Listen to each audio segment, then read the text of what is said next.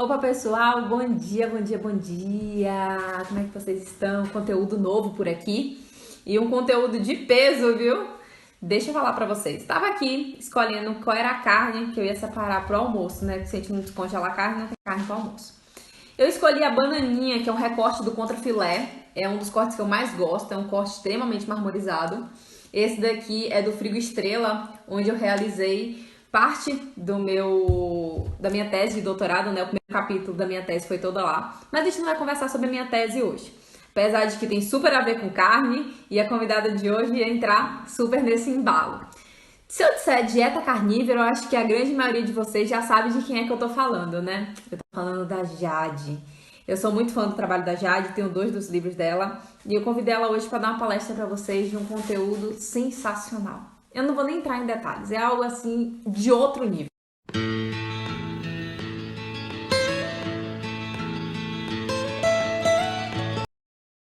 Jade, muito bom dia. Muito obrigada por tirar esse tempinho da sua semana para bater esse papo com a gente. É incrível pensar que eu posso te ter aqui batendo esse papo, contando para o pessoal sobre um tema incrível, super novo, digamos assim, né? Um tema pré-histórico que se tornou novo. E eu quero que você trate ele um pouquinho para a gente. Mas primeiro, se apresenta para a gente. Quem foi a Jade que eu gostei tanto de pedir para estar aqui hoje? Legal. Bom, eu sou estudante de nutrição, estou terminando a faculdade esse ano e também pós-graduanda em nutrição estética. Eu tenho 10 anos de formada e atuei como advogada por 10 anos, mas me vi obrigada a começar a estudar nutrição para resolver problemas de saúde que eu mesma tinha e não conseguia solucionar de nenhuma forma, né? Então, mesmo passando aí por diversos profissionais, infelizmente não consegui a solução dos meus problemas. E aí foi quando eu comecei a estudar nutrição e mergulhei nesse universo, né, de uma alimentação mais saudável. E sempre gostei muito de carne, mas via que, infelizmente, parece que é um alimento que está caindo em desuso. Não é muito. Estranhamente está caindo em desuso, né? Exato. E aí, nessa tentativa de ser mais saudável, eu quis ter uma perspectiva. Afinal, a carne deveria ou não fazer parte da minha dieta. E aí descobri que sim, tanto é que hoje eu sigo, na verdade, não desde hoje, desde 2018, uma dieta baseada em alimentos de origem animal, uma dieta conhecida como dieta carnívora. Jade, eu assisti uma palestra sua no final do ano passado, lá no evento do TC, no Carne 4.0, e eu estava sentada, eu tinha cadeira, estava tudo muito confortável, mas eu passei a palestra toda em pé, porque eu estava assim, chocada, eu encostei num canto, eu fiquei assim, meu Deus, eu quero assistir essa palestra, a cada detalhe dela, porque foi algo fora do tradicional, fora do que a gente discute sempre, fora do que a gente já vê. Foram. Foi aquela velha história, né? A história foi mal contada. Vamos botar uns pingos nos is. Será que tudo foi exatamente dessa forma? E você conseguiu trazer isso e com base em dados históricos, nada de muito extraordinário. Você não inventou a pólvora. Você simplesmente pegou os dados e apresentou da forma como eles aconteceram. Então, por favor, Jade, eu estou muito feliz que você vai poder contar um pouquinho dessa palestra aqui hoje. Sinta-se à vontade, o Zoocast é seu. Legal, vamos lá. Eu vou compartilhar a tela aqui para o pessoal poder, né, ter noção de tudo que aconteceu, né, do passado aqui com relação à carne. Acho que eu só vou ter que abrir aqui uma preferência do. Eu estou clicando para compartilhar, mas acho que ainda não veio. Aqui já está tudo vermelho, mas Tá não está aparecendo. vermelho? Tá vermelho. Tá bem vermelho. Tá em apresentar, ver se vai aparecer, aí eu já começo. Vamos ver se aparece. Aparece o fundo, assim, o mundo versus a carne. Não, ainda não aqui. Deixa. Eu acho que tá. Eu tô vendo a janela, tudo que você mostra. Deixa eu ver se eu tirar. Vou mudar o compartilhamento aqui e vou tentar de novo. Vamos ver.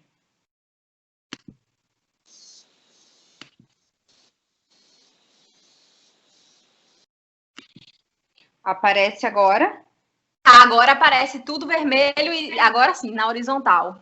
Dá para ver. Vamos ver se ele começa. O mundo versus a carne. Deixa eu ver. Ainda não. Ele é engraçado, tá tudo vermelho. Eu lia, inclusive, em cima, janelas, projeto, abrir tudo. Todos os ícones. Senhor. Peraí. Que estranho.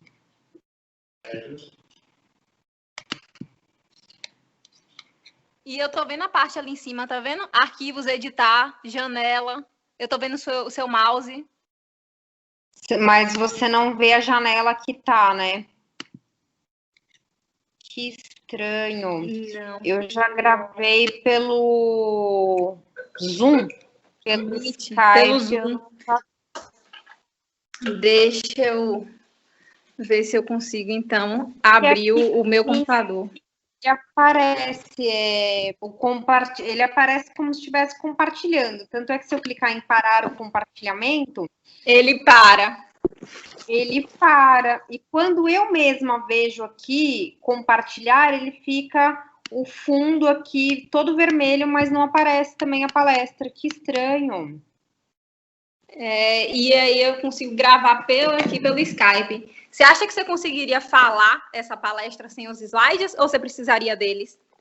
Eu acho que vai ficar melhor para o pessoal ver os slides mesmo. Os slides, né? Deixa eu ver se eu consigo, se é por conta dos... Tá. Isso, eu não acho que seja por conta do celular, porque o celular... Eu tô vendo você mexer. Eu só não tô... Engraçado, eu já fiz compartilhamentos. Se eu clico em compartilhar a tela, ele fica o fundo vermelho.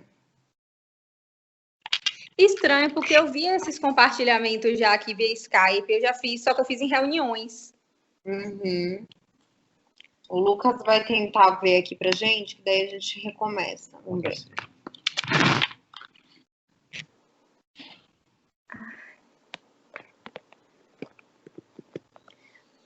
Pronto, Jade, sinta-se à vontade. Beleza, bom, vamos lá. Então, vou passar aqui para vocês um pouquinho da história que eu reuni. Na minha cabeça, eu queria saber se existia mesmo uma guerra contra a carne ou se era algo que era só uma impressão que eu tinha, né? Então, eu comecei a estudar aqui esse assunto para entender como que um alimento que fez parte, né, do nosso passado evolutivo se tornou um objeto aí de grandes debates, né, e discussões se deve ou não continuar fazendo parte do nosso prato.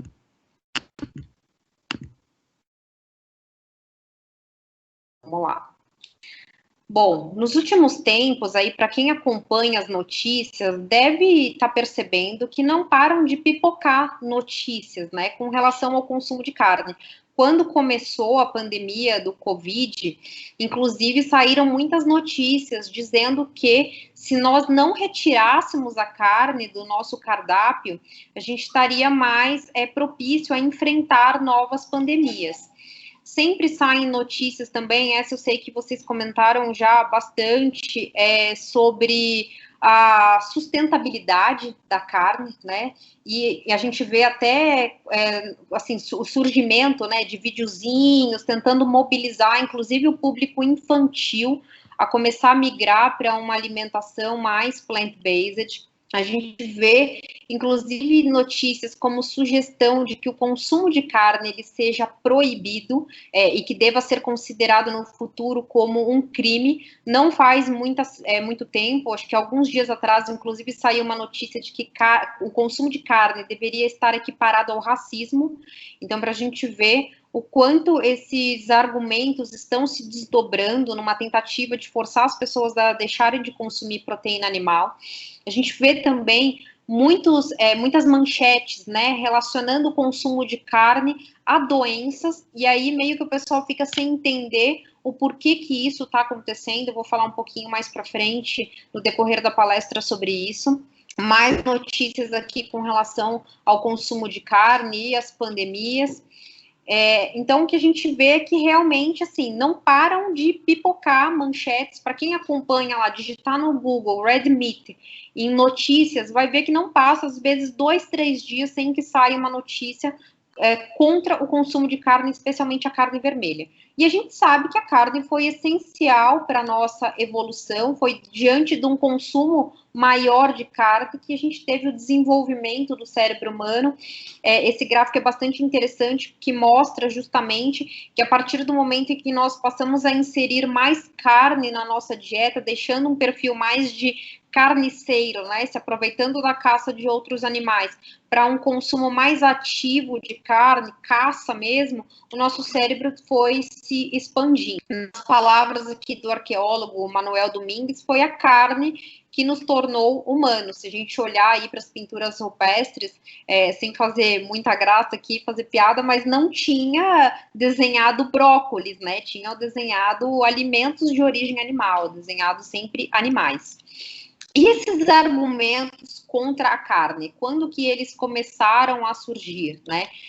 Bom, antes de mais nada, deixar claro aqui que eu não tenho problema com religião alguma, tá? Não estou fazendo nenhuma crítica aqui a nenhum tipo de religião, mas vou falar bastante sobre esse assunto, porque um dos primeiros argumentos aí contra o consumo de carne foram argumentos religiosos que surgiram no Oriente 600 anos antes de Cristo. A gente teve a religião, o jainismo, uma religião que orienta, né, os seus adeptos a terem um respeito aos animais, mas esse respeito aos animais, nas palavras dos adeptos dessa religião, é não consumir animais, tá? Então não tem nada aqui, orientações sobre cuidados, bem-estar animal, não, é não consumir, é pelo princípio que eles chamam da não violência, dizendo assim, olha, os humanos podem se alimentar de vegetais e isso na cabeça, né, deles iria impedir a morte de animais. A gente sabe que não é bem assim.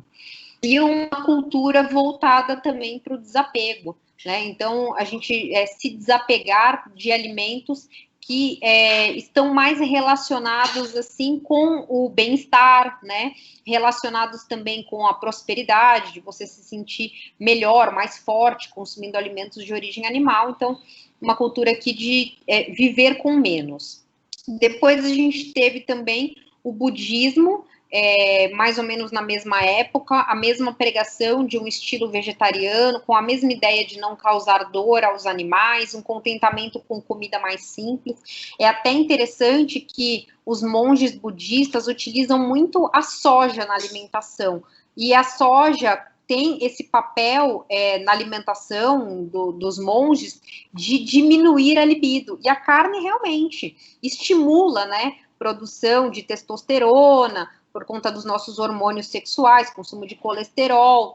Então, isso era visto com maus olhos. E aí, quando a gente tem um consumo de mais grãos na dieta, consumo de soja, isso diminuiria a nossa libido, né? Então, por isso que muitas religiões pregavam, inclusive, essa abstenção do consumo de carne, pela diminuição dos desejos. A gente teve também argumentos filosóficos, tá? Na Grécia Antiga, principalmente Pitágoras, ele acreditava na reencarnação e advogava com relação a isso, dizendo que um familiar seu, se ele morresse, ele poderia reencarnar em um animal. E aí, se você estivesse consumindo esse animal, poderia estar consumindo um familiar seu, um ente querido seu. O que, gente, não faz sentido nenhum, porque meu familiar poderia reencarnar como uma zebra e ser consumido por um leão, né? Então, por que não a gente consumir alimentos de origem animal? Não faz sentido nenhum, mas aqui é um argumento filosófico. A gente teve Plutarco também, que falou muito sobre o consumo de alimentos de origem animal, né, incentivando as pessoas que deixassem de consumir, dizendo que carne incitava brutalidade, violência, que a gente não deveria derramar sangue de inocentes, que a carne poderia causar destruição do nosso planeta. E aí aqui, já no século XIX, a gente tem a volta dos argumentos também religiosos, só que agora no Ocidente. A gente teve fundação de uma igreja cristã bíblica, e essa igreja era uma igreja vegetariana, tá? Fundada aqui pelo reverendo William. A igreja dizia, né, que as pessoas que congregavam tinham que se abster do consumo de carne.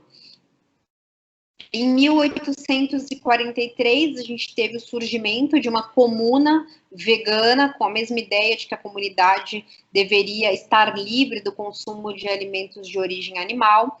Em 1847, a gente teve uma fundação de uma primeira sociedade vegetariana. Então, você vê como, com a evolução, com o passar do tempo, né, tudo isso já foi ganhando um pouco mais de corpo. Essa corrente, então, na época, a gente tinha aqui duas correntes apoiando o vegetarianismo, tanto medicinal, que começaram a dizer que excluir carne seria melhor para a nossa saúde, quanto moral. Então, dizendo que a gente não deveria matar animais, comer animais para se alimentar. Em 1863, a gente teve uma figura muito importante aqui na luta contra a carne, que é o papel da profetisa Ellen G. White. Ela foi profetisa da Igreja Adventista do Sétimo Dia, e ela disse que teve uma visão divina e que o povo de Deus deveria se abster de consumir carne, tá? Aí você pensa, imagina, isso não teve um impacto nenhum, muito pelo contrário, tá? Ela escreveu vários livros, era muito influente na Igreja Adventista e foi uma das pioneiras aí no que diz respeito à nutrição, né? Do papel mesmo do papel do homem, né? De se alimentar de grãos, vegetais e frutas e deixar de consumir carne, pensando na saúde e pensando também no planeta. Em 1864, ela disse ter recebido uma nova visão e dizendo que a carne causaria câncer. Então, as visões da Ellen G. White, elas foram evoluindo com o tempo, e aí ela fala tanto de câncer, problema de coração, problemas que o gado causaria para o planeta. Então, esses argumentos dela contra o consumo de carne foram evoluindo e criando manchete. O que acontece? A igreja viu aqui uma criação de produtos, né? Uma chance de criarem novos produtos. Por quê? As pessoas consumiam bastante carne, consumiam bastante alimentos de origem animal, mas uma vez que elas passaram a ouvir que carne causava problemas de saúde e causaria problemas para o planeta, e esses argumentos a gente escuta até hoje,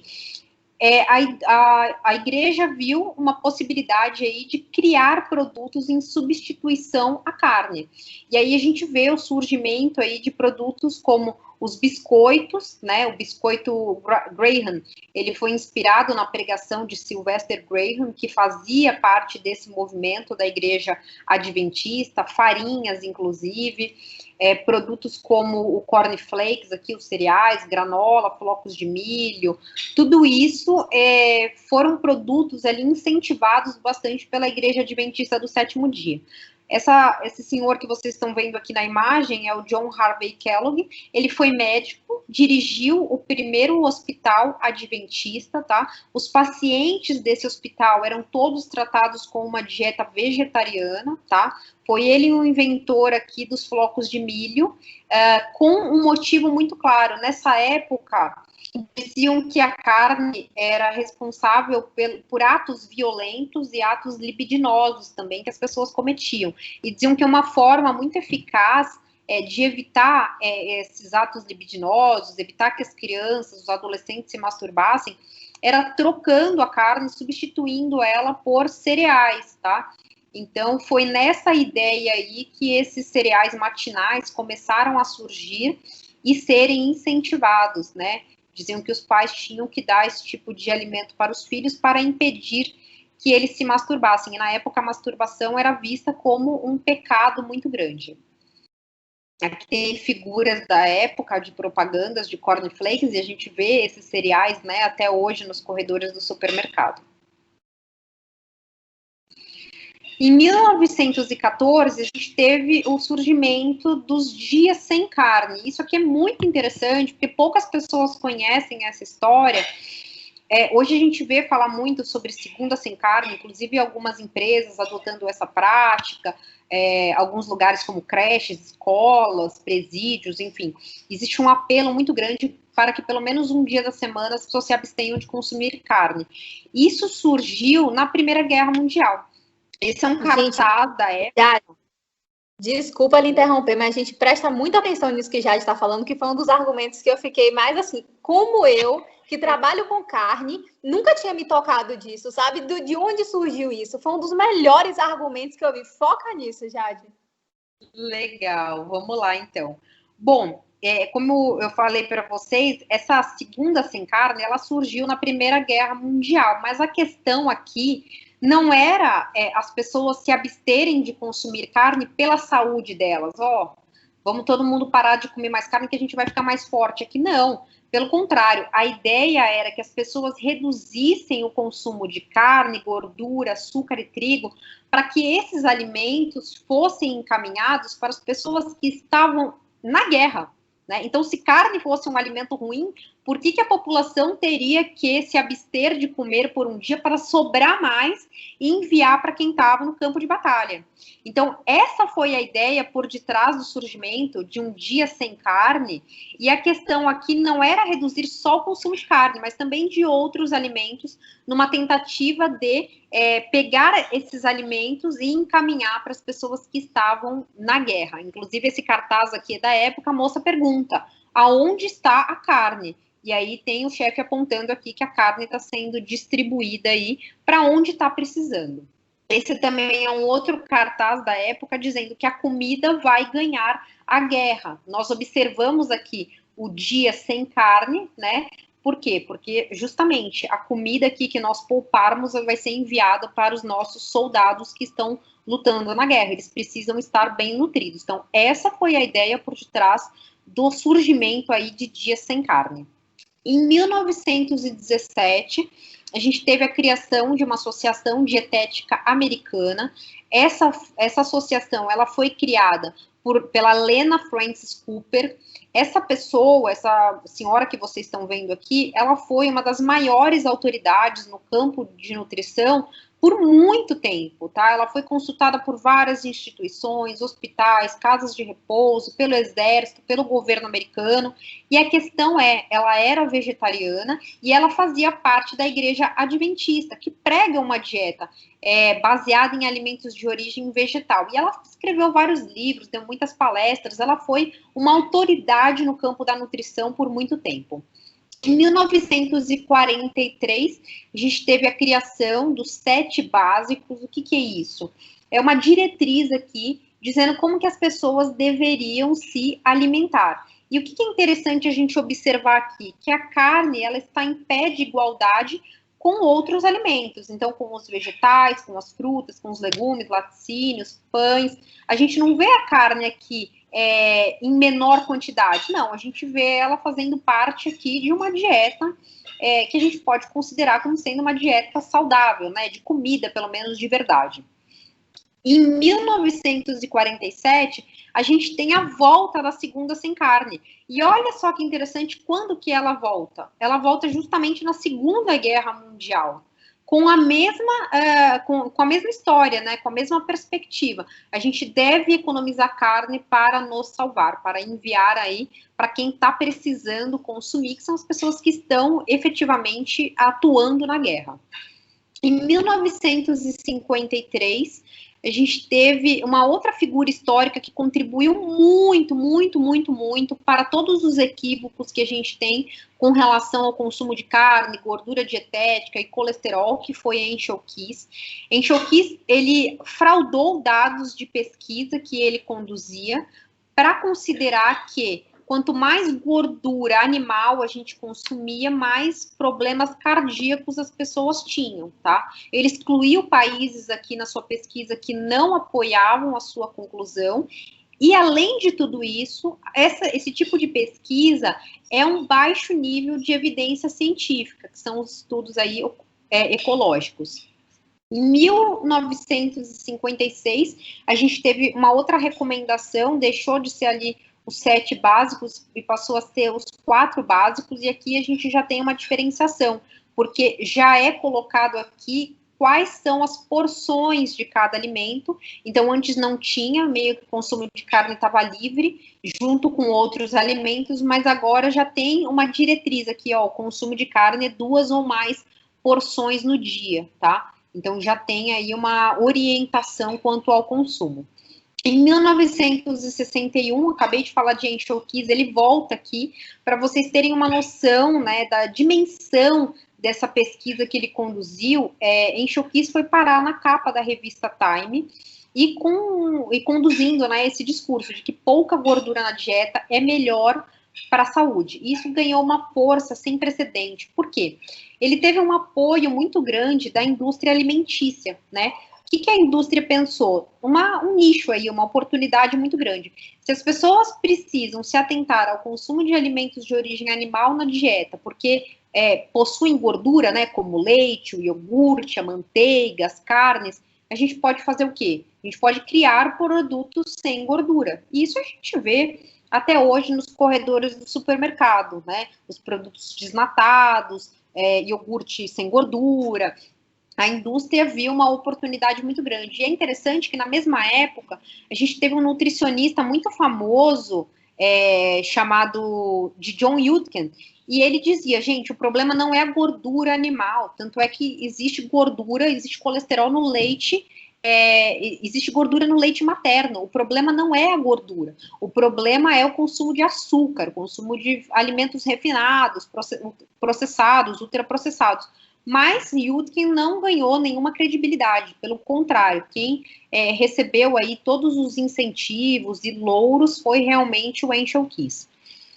Em 1977, a gente teve a reforma aqui da dieta americana, com uma recomendação expressa de redução no consumo de alimentos gordurosos. Ó, lembra que eu falei de Henshaw Keys, que advogava contra o consumo de gordura? Então, pouco tempo depois, já veio uma orientação mesmo para que houvesse uma redução de alimentos gordurosos, como carne, leite e ovos, tá? Então, por isso que nessa época saiu muita manchete dizendo que as pessoas deveriam parar de comer ovo, deveriam parar de tomar leite, que leite era inflamatório, que a gente não podia comer carne gorda. Então, tudo isso está relacionado aí com a pesquisa de Henshaw Keys. E também, esse relatório apontou aí que o colesterol era culpado de todos os males e recomendou que os americanos ingerissem mais carboidratos na dieta e menos gordura animal. Em 1984, a gente teve na capa da revista Time aí, de novo, uma crítica com relação ao colesterol, né? As pessoas entendiam o que na época? Que se você consumisse mais alimentos de origem animal, o seu colesterol estaria elevado e isso poderia causar aí o surgimento de doenças cardiovasculares. Já em 2014, na capa da revista Time, eles fazem como se fosse uma retratação, dizendo que muitos cientistas, né, trataram a gordura como inimigo, mas que parece que não era bem assim, e aí trazendo as explicações aqui do porquê eles estavam errados. Em 1988, a gente teve um artigo de revisão da American Dietitians Association, e é interessante porque os autores, editores e revisores eram majoritariamente vegetarianos e membros da Igreja Adventista, e nesse documento, nesse artigo, eles sancionaram a dieta vegetariana como saudável, tá? Então, se hoje a gente vê aí pessoas dizendo que é uma dieta saudável, que não tem problema nenhum a gente consumir, muito tem a ver com o que aconteceu já no passado, inclusive tendo essa dieta aí sido sancionada como uma opção saudável. Em 1992, a gente teve a criação da pirâmide alimentar, e aqui a gente já vê que na base, né, lembram que era uma roda com 7 tipos de alimento, agora já mudou a figura para uma pirâmide, dando a entender que tem alimentos que a gente deve preferir e outros que a gente deve consumir com mais moderação. E a carne a gente vê ali no topo da pirâmide, já com 2 a 3 porções por dia.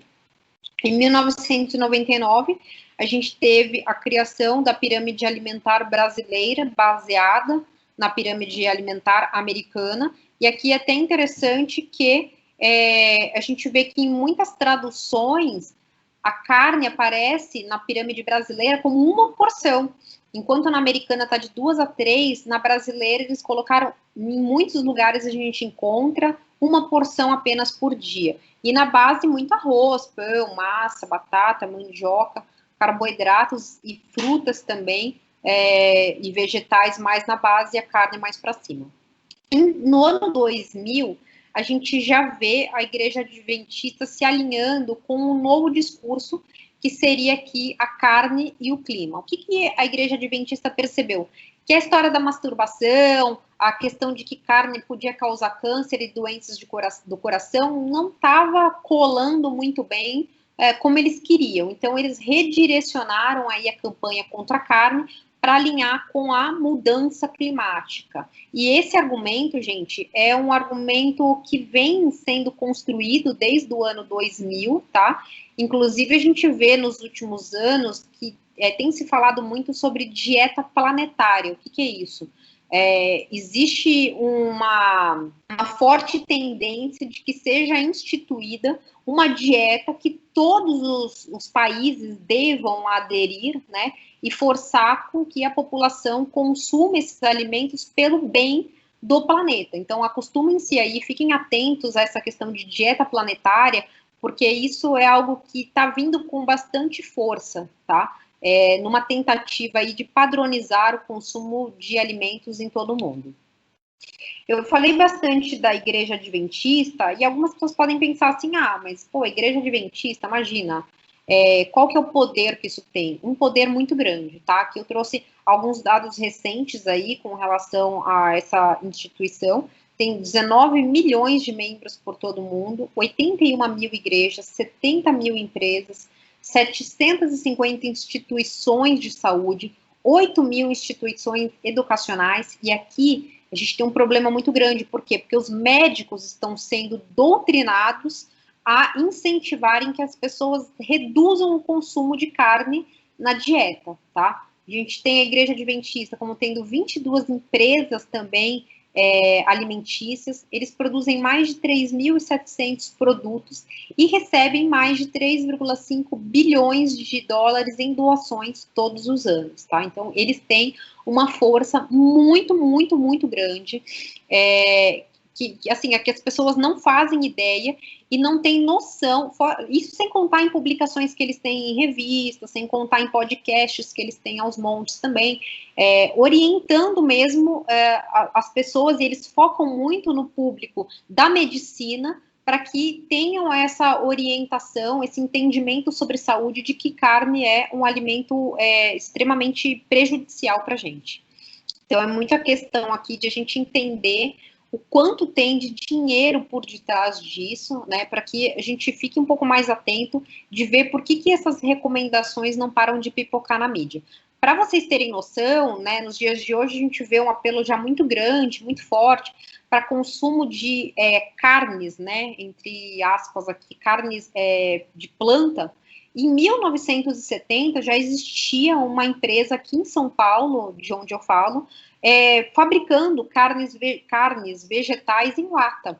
E essa mesma empresa, em 2019, teve um reconhecimento aqui, com aquela história, né, de que é melhor para o planeta, estão focando aqui em reduzir o sofrimento animal, então continuam produzindo esse tipo de alimento, tá? E aqui tem ligação com a Igreja Adventista do Sétimo Dia.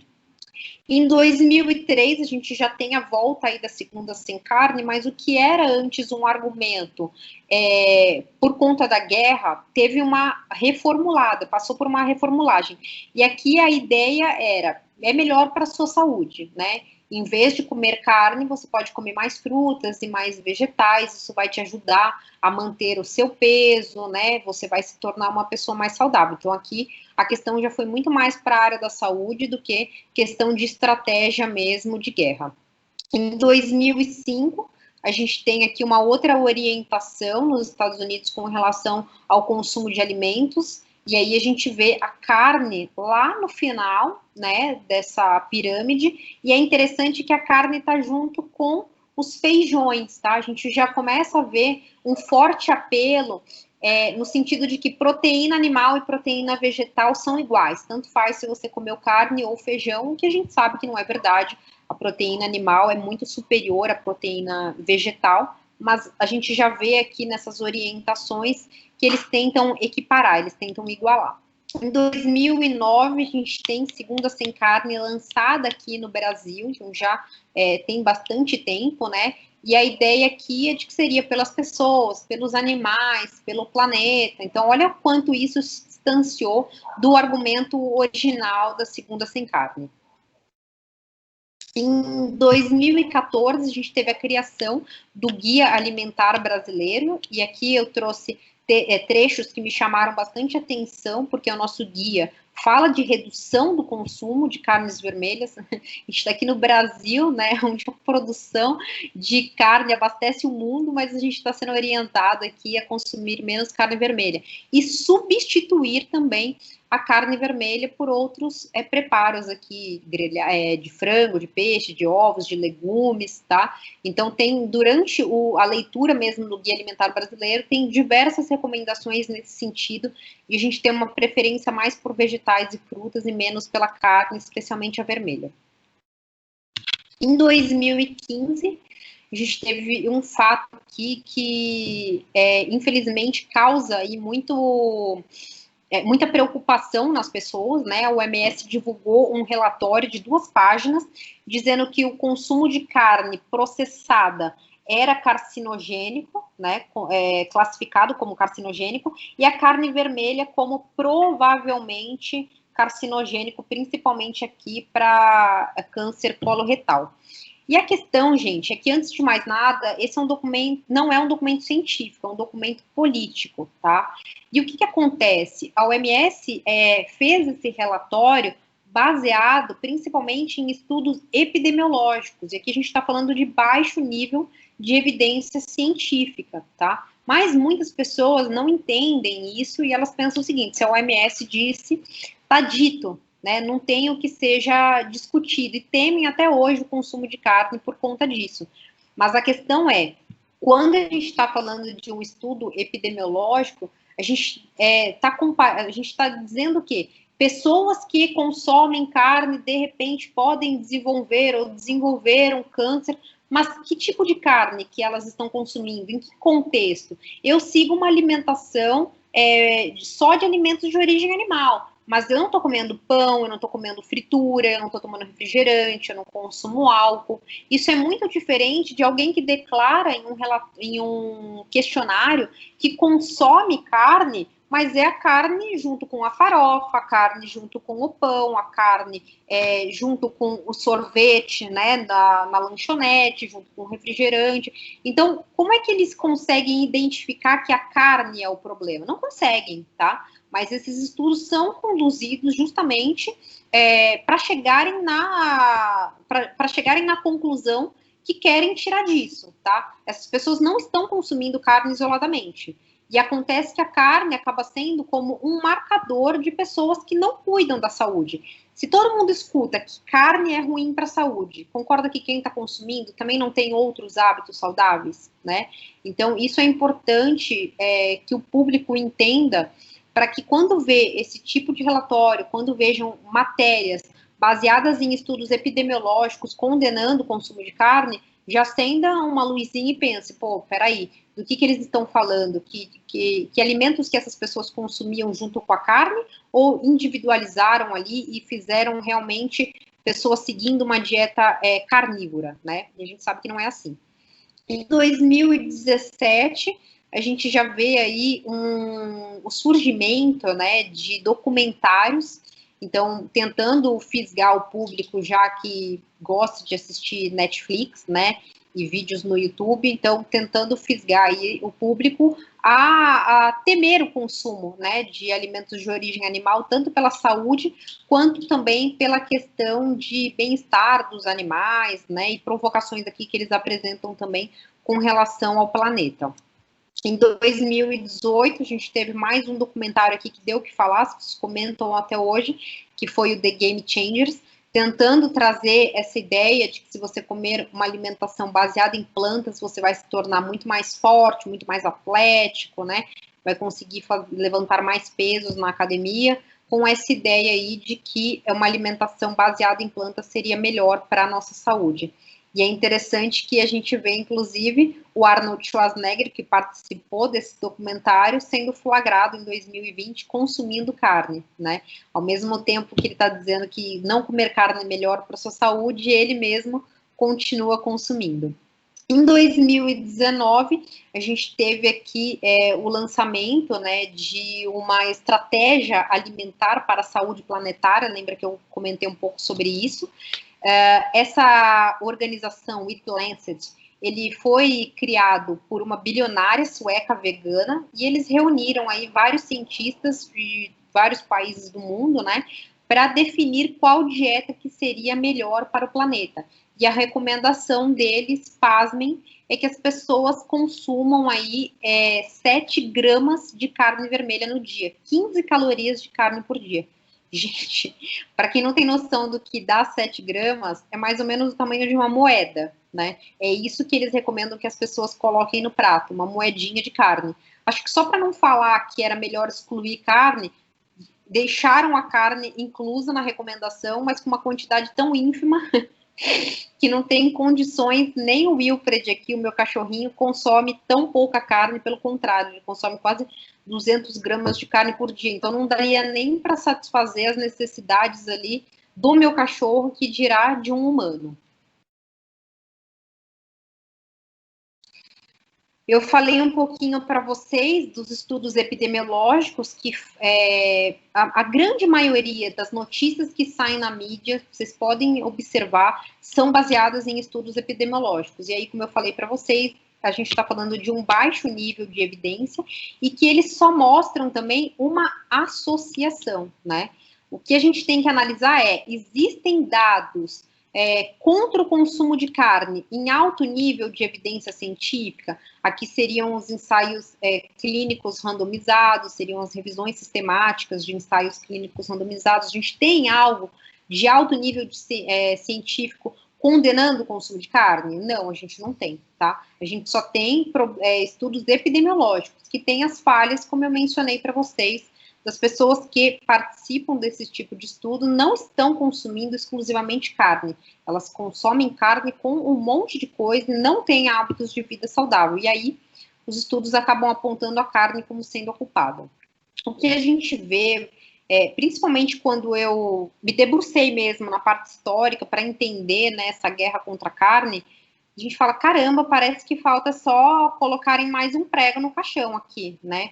Porque pouco a pouco a carne vem sido atacada e existe um esforço muito grande para que ela seja apagada da nossa memória, né? E a gente vê só paulada atrás de paulada na carne, um monte de manchete baseada em estudos epidemiológicos condenando o consumo. E é interessante que quando saem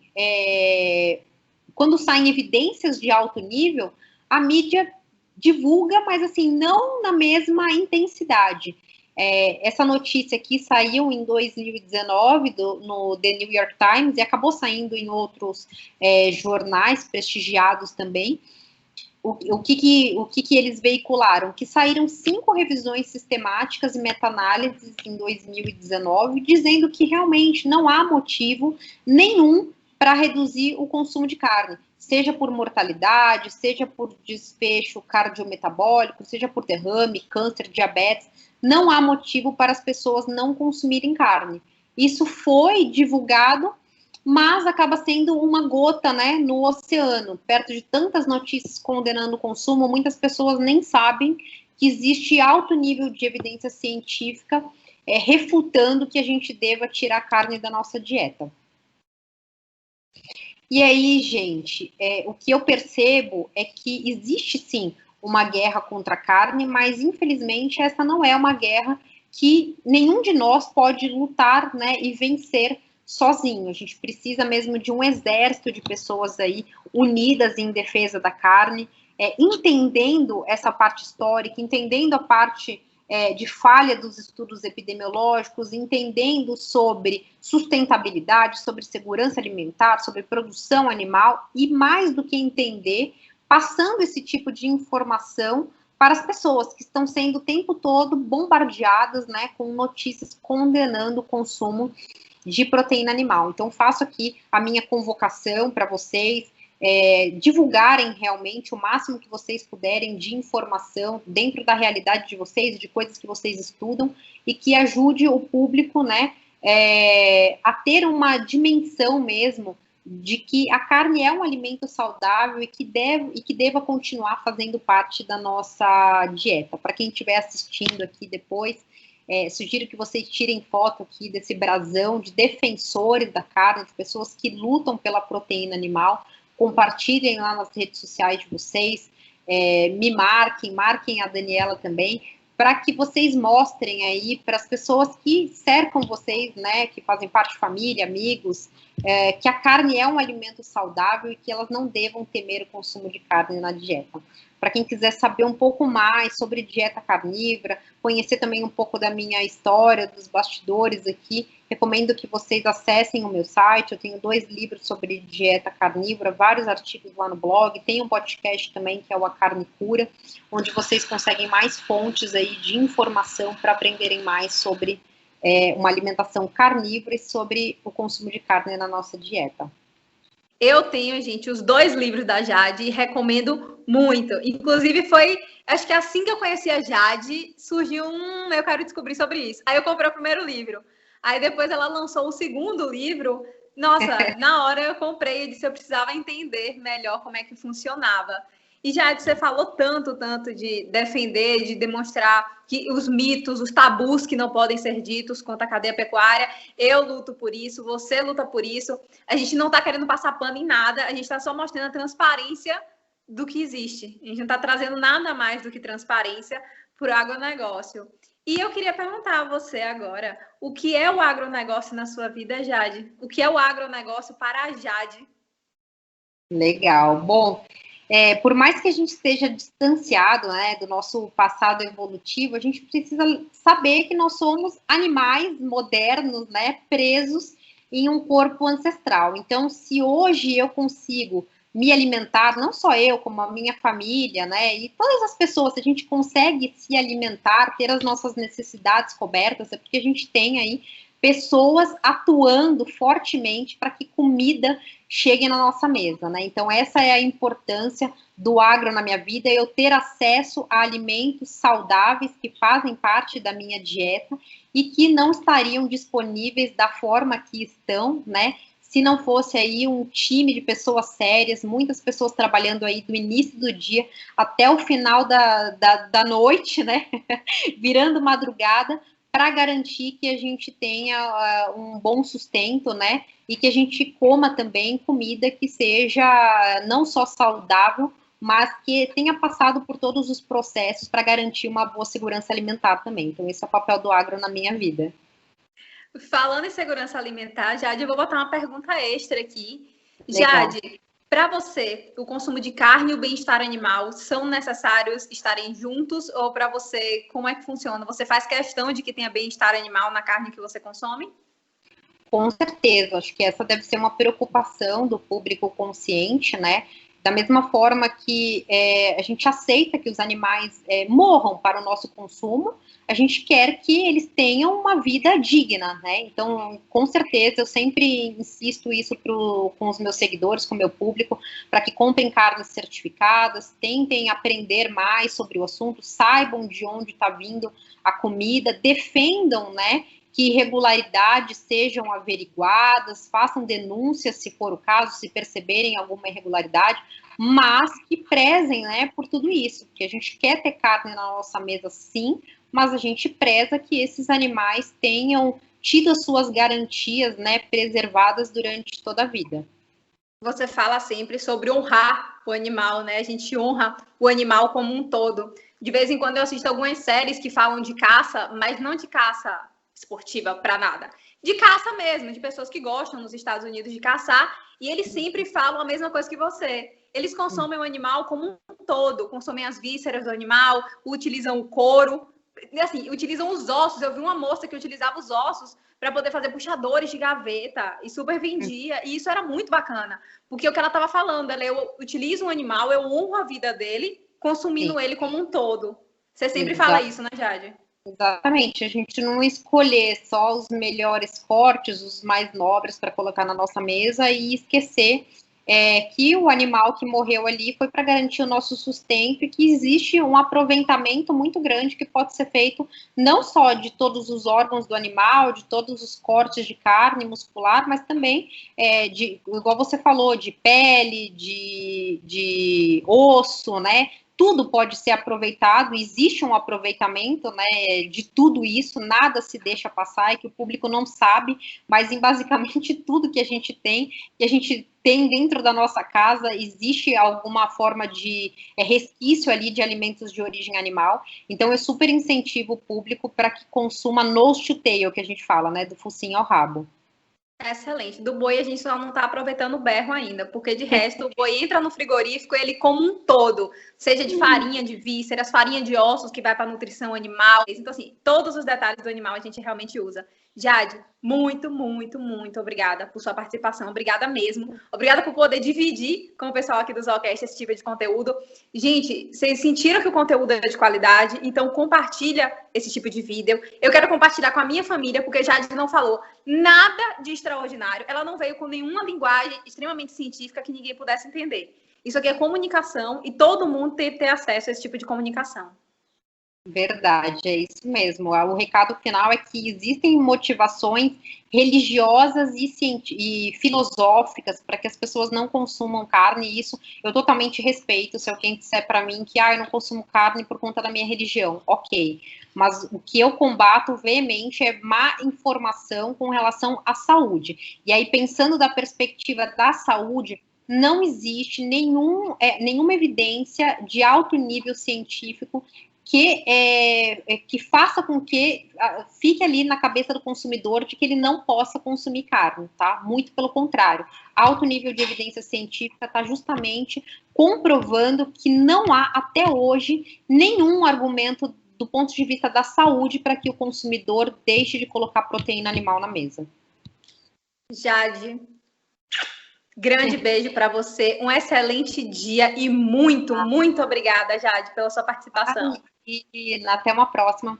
Pessoal, brigadão também para quem assistiu. Até uma próxima. Tchau, tchau.